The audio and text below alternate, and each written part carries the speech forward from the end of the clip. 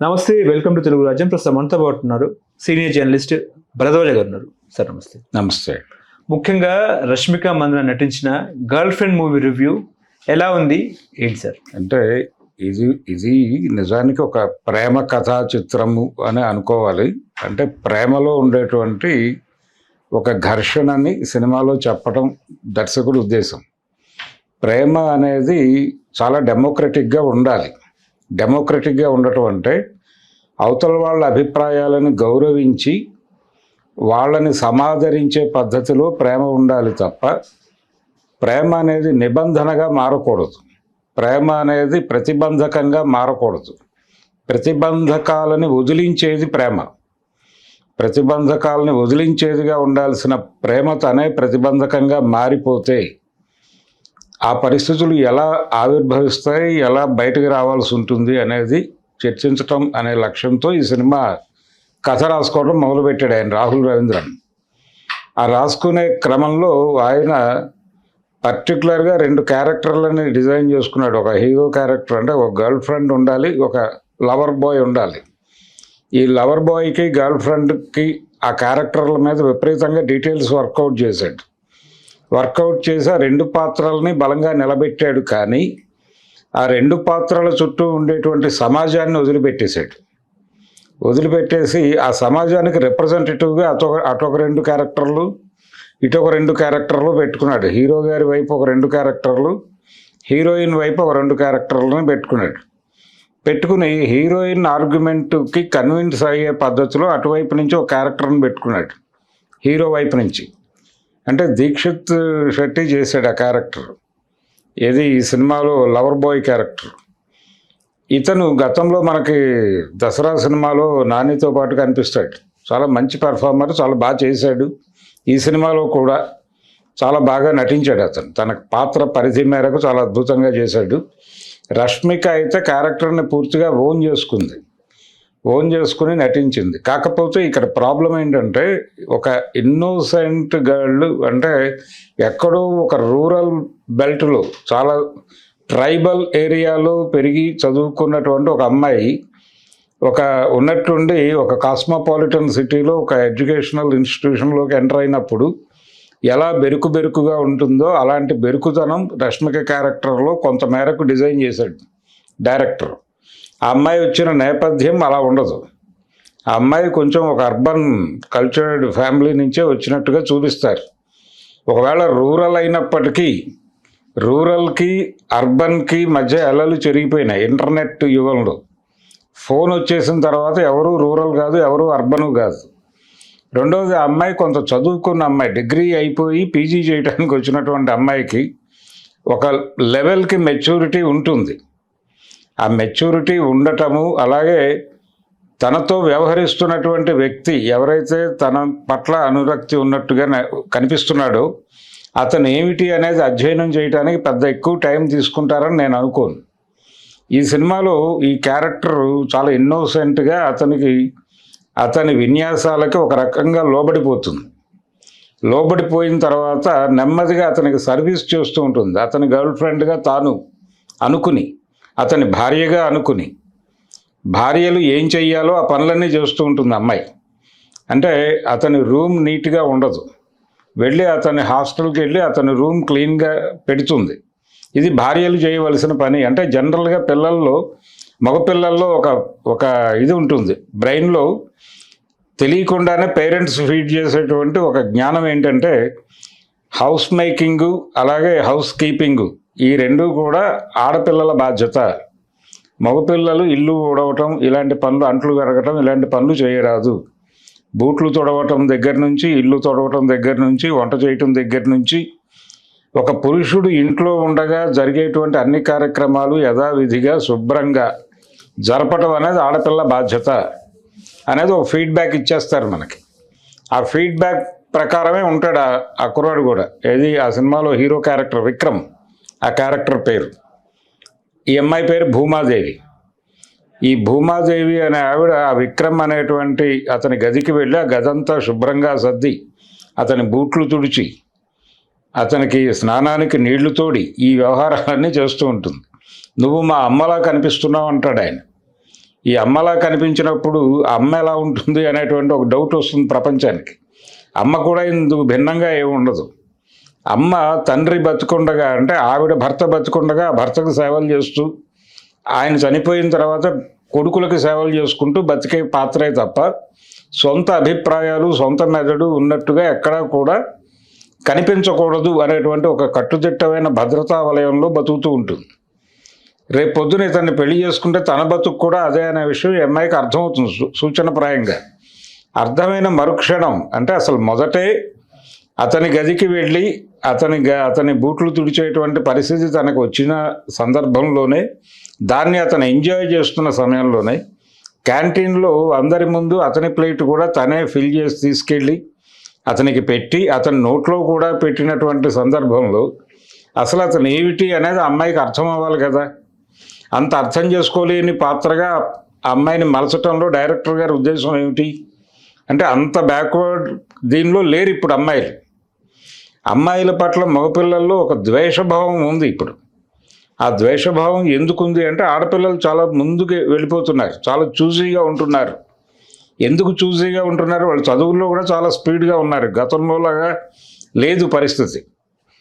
అలాగే వాళ్ళు ఎంప్లాయ్మెంట్ ఏరియాలోనూ ప్రతి చోట చాలా బలమైనటువంటి పోటీ ఇవ్వడం కాదు, దాటి వెళ్ళిపోయారు. ఇది మగపిల్లలకి జీర్ణం కావట్లేదు. రెండోది, పెళ్ళిళ్ళ దగ్గర కూడా అలాగే ఎవరితో ఫ్రెండ్షిప్ చేయాలి, ఎవరిని పెళ్లి చేసుకోవాలి అనే విషయంలో వాళ్ళు గతంలో లాగా పెద్దవాళ్ళు చెప్తే మెడ ఉంచి తాళి కట్టించుకునే పరిస్థితుల్లో లేరు. చాలా స్పష్టంగా పూర్తి క్లారిటీతో వాళ్ళకి ఓకే అనిపించినప్పుడు మాత్రమే ఓకే చెప్తున్నారు తప్ప, నాట్ ఓకే అంటే నాట్ ఓకే అనే పద్ధతిలోనే వ్యవహరిస్తున్నారు ఆడపిల్లలు. ఇది మగపిల్లలకి జీర్ణం కావట్లేదు. అదేంటి అసలు ఆడపిల్లలు ఎలా ఉండాలి? ఆడపిల్ల నవ్వు పెదవి దాటకూడదు, కాలు గడప దాటకూడదు అన్నట్టు ఉండాలి కదా. ఇది కదా మన శాస్త్రాల్లోనూ పురాణాల్లోనూ ఉన్నది. వీళ్ళేంటి, ఈ బట్టలు ఏంటి, ఇలా వెళ్తున్నారేంటి, బైకుల మీద వెళ్తున్నారు, వీళ్ళు ఇష్టం వచ్చినట్టు రైడ్ చేస్తున్నారు, వీళ్ళ పద్ధతి ఏంటి, మనని పక్కకి నెట్టి మరీ ఎక్కేస్తున్నారు బస్సులు, ఏమిటి మన భవిష్యత్తు, నువ్వు కొంచెం పక్కకు తప్పుకోమ్మా అంటున్నారు అని చెప్పి విపరీతమైన కోపం పెరుగుతోంది మగపిల్లల్లో. ఈగోలు గాయపడిపోతున్నాయి. వంటింటి కుందేళ్లలాగా బతకాల్సిన వాళ్ళు, ఇళ్లల్లో వంట చేసుకుని బతకాల్సిన వాళ్ళు, మా బట్టలు ఉతకాల్సిన వాళ్ళు, వీళ్ళు మా మీద జడ్జిమెంట్లు పాస్ చేస్తారేంటి అనేటువంటి ఒక చిరాకు మగపిల్లల్లో పెరిగిపోయి, వాళ్ళు ఆడపిల్లల్ని విలన్లుగా చూడటము, ఒకవేళ వాళ్ళు రిజెక్ట్ చేస్తే వాళ్ళ క్యారెక్టర్ మంచిది కాదని ప్రచారం చేయటము, ఇలాంటి పనులన్నీ దూసుకుని చేసుకుని వెళ్ళిపోతున్నారు. ఈ పరిస్థితుల్లో ప్రపంచంలో ఒక అభిప్రాయం అనేది జనరేట్ అయింది. ఆ జనరేట్ అయిన అభిప్రాయం ఏంటంటే, ఆడపిల్లలు చూజీగా ఉండటాన్ని బరితెగించిన తనంగా చూస్తున్నారు. ఈ చూజీగా ఉండి బరితెగింపు అనేటువంటి ముద్ర పడిపోయినటువంటి అమ్మాయిలకి పెళ్ళిళ్ళు కాకుండా చెయ్యాలి అని వీళ్ళు అనుకుంటారు. కానీ అవుతాయి, వాళ్ళ గొడవలో వాళ్ళు వెళ్ళిపోతారు, వీడిక్కడే ఆగిపోతాడు. అలాంటి సందర్భంలో ఆడపిల్లలు మోసకారులు. అసలు అమ్మాయిలందరూ మోసం చేయటం కోసమే పుట్టారు. పర్టికులర్గా మగపిల్లల్ని ప్రేమ పేరుతో వంచి ద్రోహం చేసి వెళ్ళిపోవటం అనేది వాళ్ళ నైజం, వాళ్ళ క్యారెక్టరు అని చెప్పి ఆ అభిప్రాయం మగపిల్లల్లో బాగా ఫీడ్ అయిపోయి ఉంది ఇప్పుడు. పర్టికులర్గా ఈ ఫీడ్ అయిపోయినటువంటి అభిప్రాయాలకు ఉత్ప్రేరకంగా పనిచేస్తూ బేబీ లాంటి సినిమాలు చూసాం ఆ మధ్య. RX-100 ఇలాంటి సినిమాల్లో ఆడపిల్లలు మోసం చేసిన మగవాళ్ళ కథలను తీశారు వాళ్ళు. అది మేల్ యూత్ విపరీతంగా మోసింది ఆ సినిమాలని. దానికి రివర్స్ సినిమా ఇది గర్ల్ ఫ్రెండ్ అనేది. అంటే ఒక కుర్రాడు ఒక అమ్మాయిని కాలేజీలో చూసి ప్రేమిస్తాడు, ఇలాంటి భార్య ఉంటే బాగుంటుంది, భార్య అంటే ఇలా ఉండాలి అని భార్య లక్షణాలు ఏవైతే తన బ్రెయిన్లో ఫీడ్ చేసుకున్నాడో ఆ లక్షణాలు ఈ అమ్మాయిలో కనిపిస్తాయి. అతన్ని చూసి కాలేజీలో ఇంకొక అమ్మాయి ఇష్టపడి మన ఇద్దరం కలిసి ట్రావెల్ అవుదామని ప్రపోజల్ పెడుతుంది ఇతనికి. నో నువ్వు ప్రేమించదగ్గ మెటీరియల్వే తప్ప పెళ్లి చేసుకోదగ్గ మెటీరియల్ కాదు అని అమ్మాయి మీద జడ్జిమెంట్ పాస్ చేస్తాడు ఈ కుర్రాడు. జడ్జిమెంట్ పాస్ చేసి ఆ లవర్, అంటే ఈ గర్ల్ ఫ్రెండ్ క్యారెక్టర్ చేసినటువంటి రష్మిక మందన్న మీద ఆయన మనసు పడతాడు. ఎందుకు మనసు పడతాడు? ఆ భూమా అనేటువంటి క్యారెక్టర్లో తన మదర్కి ఉన్న లక్షణాలు కనిపిస్తున్నాయి అని చెప్తాడు. మదర్ అంటే తన భార్య ఎలా ఉండాలని తను అనుకుంటున్నాడో ఆ లక్షణాలు అమ్మాయిలో ఉన్నాయని గమనిస్తాడు. ఈ అమ్మాయిని అటువైపు డ్రైవ్ చేయొచ్చు అనుకుంటాడు. ఈ చొరవ చూపి ముందుకొచ్చి నేను నిన్ను ప్రేమిస్తున్నాను, మన ఇద్దరం కలిసి తిరుగుదాం అనుకున్న అమ్మాయి ఈ అమ్మాయి వైఫ్ మెటీరియల్ కాదు అని అనుకుంటాడు. వైఫ్ అంటే ఎలా ఉండాలి? వినయంగా ఉండాలి, ఒద్దిగ్గా ఉండాలి, వంగిపోయి ఉండాలి, అన్ని విధాలా సరెండర్ అయి ఉండాలి. భర్తకి సరెండర్ అయి ఉండటం మాత్రమే భార్య పరమావధి. ఎట్టి పరిస్థితుల్లోనూ తల ఎత్తరాదు, ఒక మాట ఎదురు చెప్పరాదు, అసలు మాట పలకటమే తప్పు. ఏదైనా మాట్లాడదలుచుకుంటే స్తంభం చాటు నుంచి భర్తకి విజ్ఞాపన చేయాలి తప్ప ఆదేశించకూడదు. ఇది character of lady or wife అనేది వాడు ఫిక్స్ అయి ఉంటాడు. ఆ ఫిక్స్ అయినటువంటి పద్ధతి ఈ అమ్మాయికి అర్థమైనటువంటి క్షణంలోనే వాడిని రిజెక్ట్ చేసి ఉండాలి. రిజెక్ట్ చేయకుండా ట్రావెల్ అవుతుంది, వాడిని భరిస్తూ ఉంటుంది, వాడి దుర్మార్గాలన్నింటినీ భరిస్తూ ఉంటుంది మౌనంగా. మధ్యలో వాడికి ప్రపోజ్ చేసి ఫెయిల్ అయినటువంటి అమ్మాయి ఈ అమ్మాయి కండిషన్ చూసి ఈ అమ్మాయిని ఎడ్యుకేట్ చేసే ప్రయత్నం చేస్తుంది. నువ్వేదో అనుకుంటున్నావు కానీ నిన్ను ప్రేమించడం వాడు అదృష్టం. వాడు అనుకున్న లక్షణాలు నీలో ఉన్నాయి కాబట్టి నీ పట్ల అట్రాక్ట్ అయ్యాడు. కానీ నువ్వు వాడిని పెళ్లి చేసుకుంటే నానా కష్టాలు పడతావు. నీలో చాలా టాలెంట్ ఉంది, ఈ టాలెంట్లు అన్నిటినీ చంపేస్తాడు అతను. నువ్వు మంచి నటివి, ఆ అమ్మాయి స్టేజ్ పెర్ఫార్మెన్స్ చేస్తుంది కాలేజీలో, చాలా మంచి పెర్ఫార్మర్వి, నీలో చాలా జ్ఞానం ఉంది, చెప్తే వింటావు, దాన్ని అడాప్ట్ చేసుకుంటావు, నడుస్తావు. ఇదంతా వృధా అయిపోతుంది వాడిని పెళ్లి చేసుకుంటే. నువ్వు కెరియర్ సంబంధించి నీకు చాలా డ్రీమ్స్ ఉన్నాయి. నువ్వు ఇంగ్లీష్ లిటరేచర్ చదివి ఏదో ఇక్కడే బతకాలి అని అనుకోవడం లేదు, దాని నుంచి ఇంకేదో చేద్దాం అనుకుంటున్నావు. ఆ ఇంకేదో చేయటానికి వీడు హర్డిల్ అవుతాడు, వీడి ప్రేమ హర్డిల్ అవుతుంది, నీకు అర్థం కావట్లేదు అని ఎడ్యుకేట్ చేసే ప్రయత్నం చేస్తుంది ఆ అమ్మాయి. ఆ అమ్మాయి క్యారెక్టర్ని సొసైటీగా చూసుకోమని డైరెక్టర్ గారు చెప్పాడు. అలా ఈ అమ్మాయికి చెప్పినప్పటికీ ఈ అమ్మాయిలో ఉన్నటువంటి ఇన్నోసెన్స్, అలాగే ఓ సందిగ్ధావస్థ, ఇది ఎటు తేల్చుకోలేని తనంలో పడిపోయి నెమ్మదిగా అతనితో ట్రావెల్ అవుతూనే ఉంటుంది. అతను ఎక్కడ హర్ట్ అవుతాడో, అతను ఎక్కడ గాయపడతాడో నో చెబితే అని అనుకుని నెమ్మదిగా ఒక దశకి చేరుకున్న తర్వాత ఇక లాభం లేదని ఒక ఫైన్ ఈవినింగ్ అతన్ని పిలిచి కూర్చోబెట్టి, బాబు నీతో నేను బ్రేకప్ అవుతున్నాను అని చెప్పేస్తుంది. చెప్పగానే అతను చాలా వైలెంట్గా రియాక్ట్ అవుతాడు. నిజానికి ఈ అమ్మాయి తనకి లవర్ అనే విషయం, తనని ప్రేమిస్తోంది అనే విషయం ఈ అమ్మాయి కానీ అతను కానీ ప్రపంచానికి చెప్పాల్సిన అవసరం లేదు. కానీ అతను ప్రచారంలో పెడతాడు. వెరీ ఫస్ట్ డే ఈ అమ్మాయి అతని రూమ్కి వెళ్ళి అతనికి ఒక కిస్ ఇస్తుంది. అది కూడా అతను డిజైన్ చేస్తాడు ఆ సీన్ని. ఆ అమ్మాయి తన గదికి వచ్చేలాగా ఒక సన్నివేశాన్ని కల్పించి ఆ వచ్చిన అమ్మాయిని తనని ముద్దు పెట్టుకోకపోతే కుదరదు అనేటువంటి ఒక ఎన్విరాన్మెంట్ క్రియేట్ చేసి ముద్దు పెట్టుకొని, ఈ అమ్మాయి తనని ముద్దు పెట్టుకుంది, మా ఇద్దరి మధ్య ఒక లిప్ లాక్ లాంటి సీన్ జరిగింది అనేది వాడు ప్రచారంలో పెడతాడు. ఆ ప్రచారంలో పెట్టిన క్షణమే వెళ్ళి అతన్ని కొట్టి, నువ్వు ఎవడరా చెప్పడానికి, ప్రైవసీ ఉండాలి కదా జీవితానికి, నువ్వు ముద్దు పెట్టుకున్నాను నువ్వు చెప్పుకో, నీ బతుకు నువ్వు రోడ్డు మీద వేసుకో, నాకు అభ్యంతరం లేదు, నా గురించి ఎందుకు మాట్లాడావు నువ్వు, నన్ను ఎందుకు రోడ్డును పెట్టావని కొట్టి వదిలేసి ఉండాలి. ఆ పరిస్థితుల్లో ఉన్నారు ఇప్పుడు అమ్మాయిలు. కానీ ఈ అమ్మాయి అలా ఉండదు. ఈ అమ్మాయి మౌనంగా భరిస్తుంది ఇవన్నీ. భరించి వన్ ఫైన్ ఈవినింగ్ మనం బ్రేకప్ గురు అంటుంది.